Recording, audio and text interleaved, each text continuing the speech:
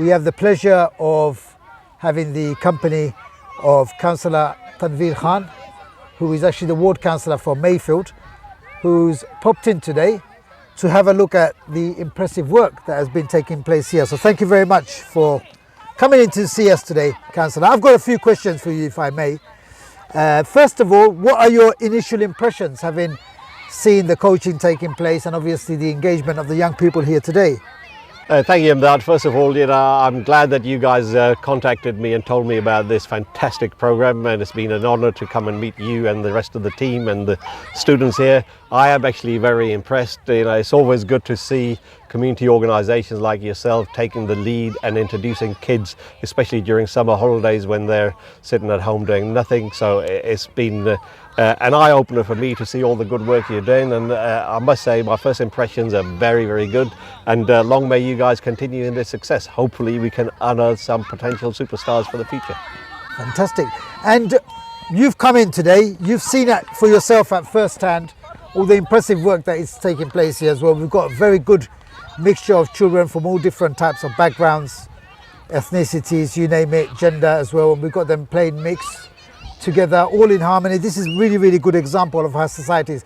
Why do you feel it's important for us to use sport as a tool for bringing all of us together as well, but also engagement purposes?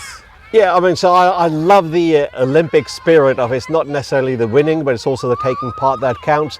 And sport, I think, as a tool is something that brings together people from diverse backgrounds. I mean, if you look at people, from very top echelons of football, maybe the Premier League, you'll have people who are from different social backgrounds or different racial profiles, and sports as a leveling factor brings people together. But more importantly, at this level, it's very important. Kids, it keeps them engaged, it keeps them active, it keeps them fit, but also teaches them leadership skills, teamwork skills, which are skills that will no doubt come in handy for their future careers. Wonderful. And just going again with the feel-good factor we see around us here today, what steps do you feel we as a community need to make and take to ensure that the progression of these children continues? So they're having a wonderful 6 weeks here.